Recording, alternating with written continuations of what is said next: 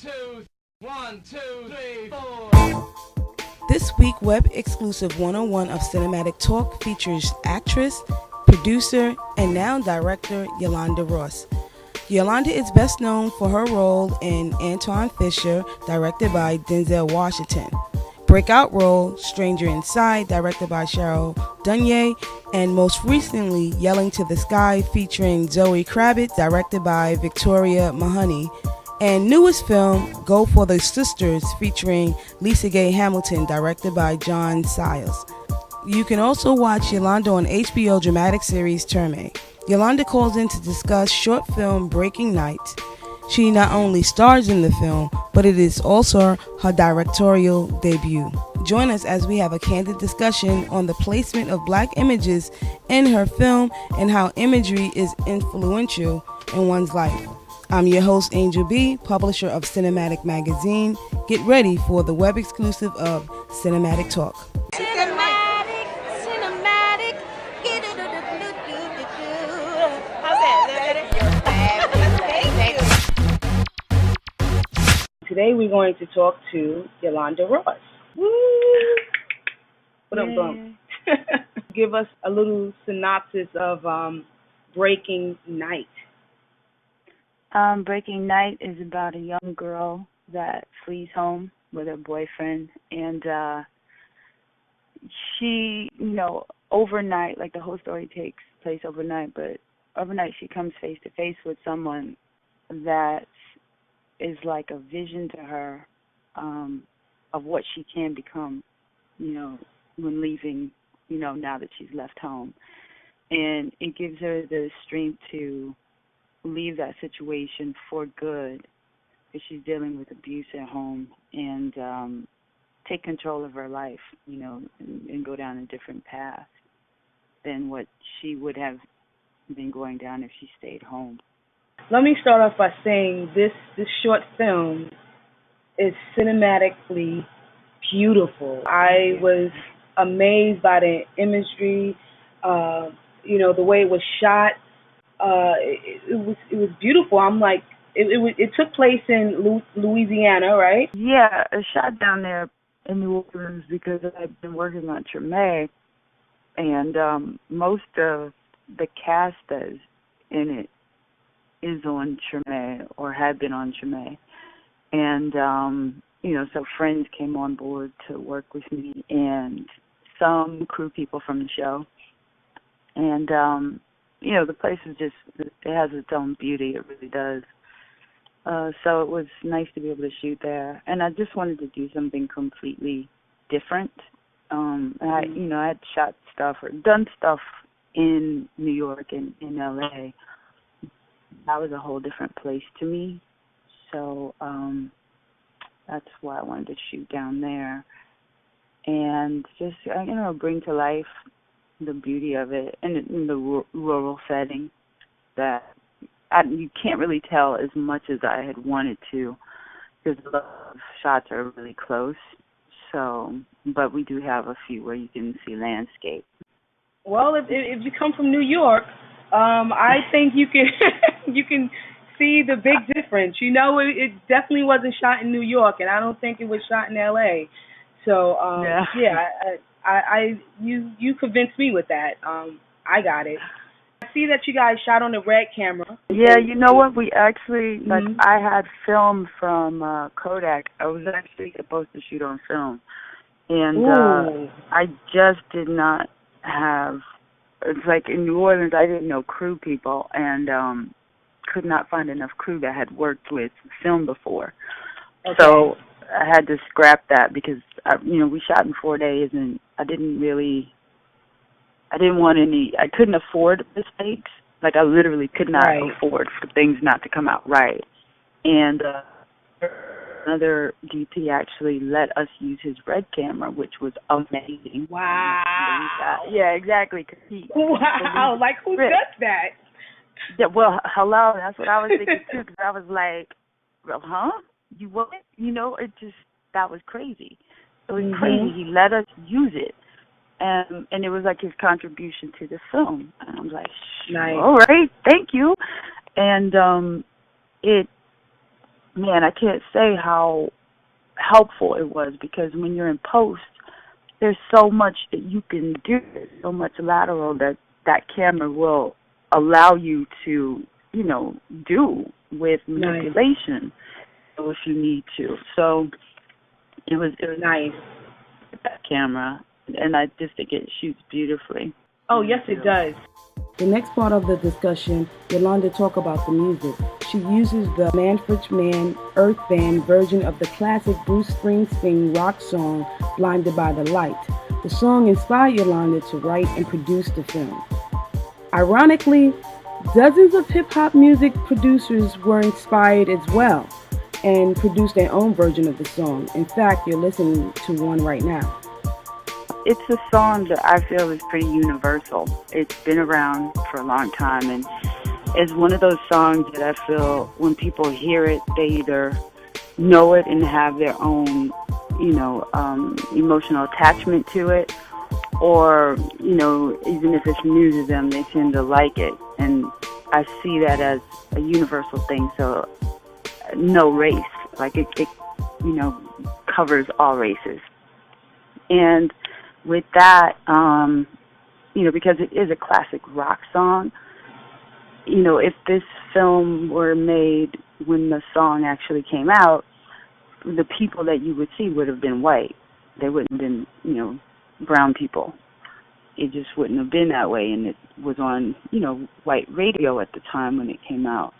I wanted to kind of put two universal things together in a way that I guess would not be expected, because, abuse, it has no, it doesn't discriminate against races either. It's like there's abuse in every race.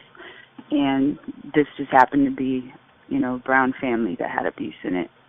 So putting the two together in that way and making it so that the whole thing had nothing to do with color at all. It had to do with a young girl, coming of age and taking control of her life. Well, that's interesting that you say that it doesn't have anything to do with color, and it focuses on the woman who is dealing with abuse. You said that if this was done in the 70s, more than likely it would have been an all-white cast, or, would have been, But it's just interesting how you place the men of color in the film. So was that a conscious decision to have a non-person of color playing the lead role? Or it just so happened to be like that? Well, wait a minute. What do you mean a non-person of color?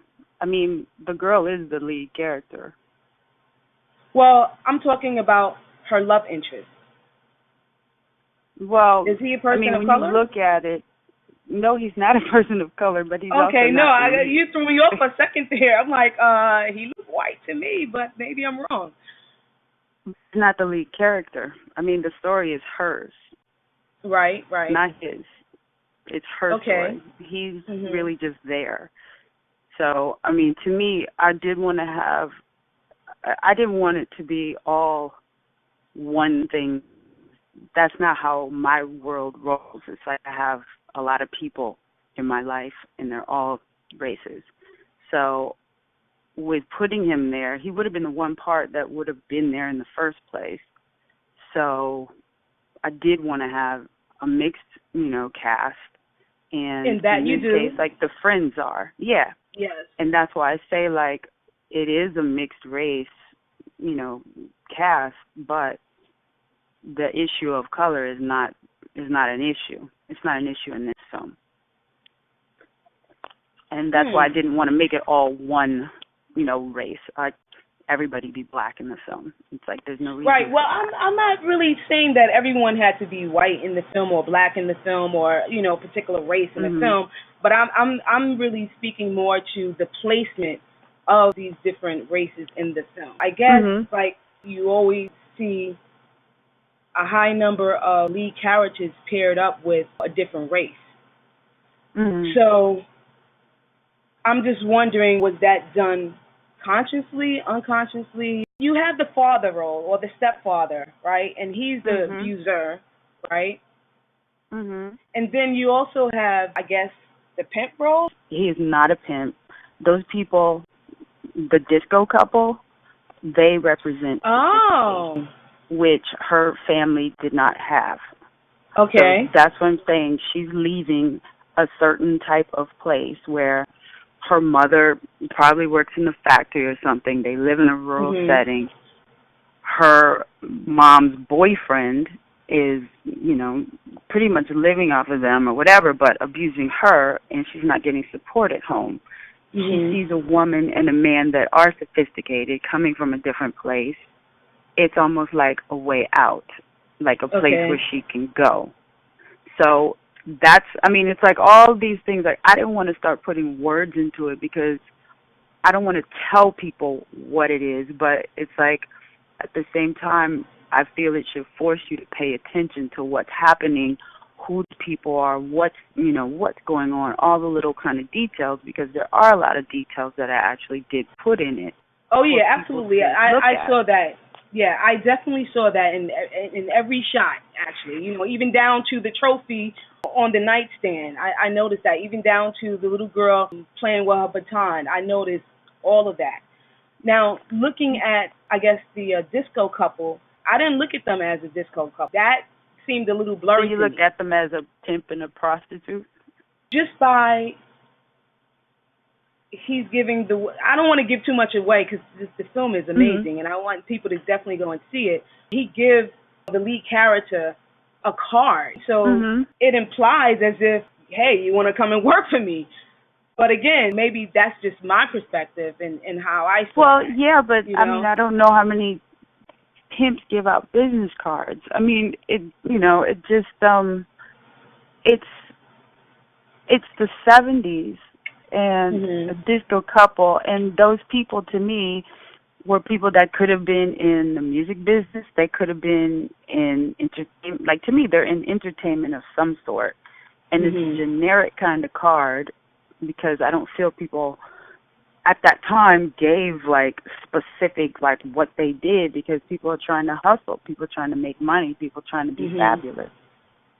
So, that's why it doesn't have a specific what he does, or I'm saying he is this, and so you just, whatever. But I hope you can understand how I saw it. Well, no, I mean, definitely people have brought that up to me and said that. Okay. And I feel it is one of those things where, because of what we've seen so much in TV and film over the years, that when we see a black man dressed up with a woman, that's like you're automatic. Like, he couldn't be anything else. Like, there's just no way he could be anything else. And I feel that's really important because it's like the way he dressed was literally how my dad and uncle dressed, and not one of them was a pimp. It's like that is just the fashion of men that dressed well sometimes, It's like I come from a different time where people just look that way when they went out, It's not like I'm thinking about it and looking at things and, in that way. It's like that's how they dressed when I was like a kid. Right. I do remember reading a quote where you said, image stick with us more than words do a lot of the time. So I guess maybe I was coming from it's being popularized. I mean, it's just being pushed, or it has been pushed so much with what we see and what's been put on film and in TV and videos to us, where we really can't even think of a black man being anything else when looking a certain way. And I think that's really sad, and it says a lot about our culture, because older people that, actually did dress that way, it's not going to be their first response, especially when going through the whole thing, and it's not like something happened where, it's not like I'm taking you down a road, because it's not even like the film even goes into that kind of thing that far. It's really just, images and whatever. But in what's actually happening in the film, when you see him at the end, in my head, it's one of those things where you meet somebody in a moment and there's no feeling there in any which way, but you do have a dream about them, and you wake up and you wonder, dang, I thought about that person. That was weird. It was that kind of thing. And it didn't get as I guess as, I don't want to say corrupt, but it's just not as deep as that. Because also I would say, I'm thinking of when making this film, 70s filmmaking. There is there's a bigger innocence to filmmaking in some ways than there is now, as far as what you saw on TV. And, I mean, there was and there wasn't. It's like right now we do so much crap that it's ridiculous because it's, you know, unreal in some ways. But at the same time... Well, these images that you're showing is authentic to, you know, to how you was brought up, what you saw, you know, your perspective. So that is your truth. So what you're doing is, and this is why it's important, you know, for us to tell our own stories, because then it will be your perspective and not an interpretation of what people may think it should be. You said you saw your uncle, your father dressing like this. That wasn't necessarily my experience, but if that was your experience, that was your experience. Yeah.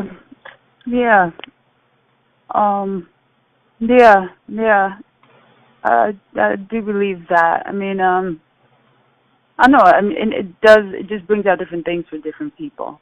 I can definitely say that. People pick up on different things, right, as far as what's happening in the film. Because I mean, there's some people that did think it was about race and totally like missed out on the, you know, the abuse part. And I find that interesting. You know, it's just very interesting what people do pick up on and what people don't pick up on. Oh, I definitely saw the abuse. The abuse was apparent. No, but I'm just saying, you like, couldn't really miss that. I hope so. No, I mean, you couldn't really miss that. And you definitely saw her wanting a better life, wanting to escape that abusive life, being in an abusive home. You even saw that with the little kid, the sister, you know, when she left. Obviously, that affected her. The film is definitely cinematically driven. Every frame tells a story, and you have to pay attention. I mean, I think you give more than enough information on the background of who these people are without even them saying anything. I mean, I can tell you the whole story about the little sister. I can tell you the whole story about the mom just by paying attention to the little details of the home where they live, you know, how they dress, how they interact with one another. I mean, it was obvious. That's something that you definitely had to do because you had no dialogue. I mean, you just had the hook of the song that really didn't tell you too much. It only, to me, it inspired you to, like, greater heights, moving forward, doing something more, blinded by the light, not being complacent, not being stuck, just, you know, getting out of that, this is my life, and this is how it's going to be, oh, well, you know, so I get it. The next part of the discussion, we revisit the disco couple and analyze why their roles are conceptualized or misinterpreted as a pimp or a prostitute by some people who watch the film. I find this very interesting, particularly the time period, which was done in the 70s, and the location, which is done in New Orleans, Louisiana. FYI, the role I speak of is played by Clark Peters. He plays the disco man. You know him for being on The Wire, Treme, Persons of Interest. He played the bishop in Red Hook Summer. And also, the disco woman was played by Yolonda Ross. So let's take a listen. Black male character in the film was a pimp. I thought he was. You know, looking at it again just now, because I did look at it again, I'm like, oh, he didn't have on a big coat. But the way it was shot, I honestly, I was like, wow, he don't have on a big old coat. But the way it was shot, the framing of it, it was a close shot of him, right behind her. Well, it's a close shot of the girl with the card. It moves in on her. Right, but even before that, when he walks to her, like when they first go inside, before they go inside to the store, right? Okay. Yeah, You see an image of the disco lady, right? And you see a guy right behind her. Yes, couples do stand that close to each other, But the way it was shot, and then you see this big hat. I mean, his hat looked a little, pimpage. Like if it was a wider shot where you can see. Well, when you say pimpage, hat meaning he looks fly, right? I mean, what do you mean by pimpish? I mean, as far as I think of black men wearing anything, black men just look good in what they wear. So this is true. Just like a black dude in these times wearing a baseball cap a certain way, or Jay-Z wearing a hat of some sort. It's like we don't just wear things just any old which way. You wear things to look good. So right, that's but the way but wait a minute, Yolanda. Okay, you making a point there. But if you see a guy in a baseball cap, automatically you're probably going to think he's into the hip hop culture. All right, people, that concludes part 1. Tune in tomorrow for the second half of this 2-part discussion on Yolanda Ross's film, Breaking Night. Part 2 continues the discussion on the placement of black images with a focus on the direction and a breakdown of the disco characters and how they were framed and shot. We are also going to touch on the cinematography and how light and dark tones within the same frame are lit and the importance of sound design. I'm your host, Angel B., publisher of CINEMATIQ magazine. Remember to follow us on Twitter at CINEMATIQ Mag. Go to our website at cinematicmag.com. That's cinematic with a Q instead of a C, mag.com. Or you can go to our new YouTube channel, CINEMATIQ TV, and of course on Facebook at CINEMATIQ Magazine, all spelled out one word.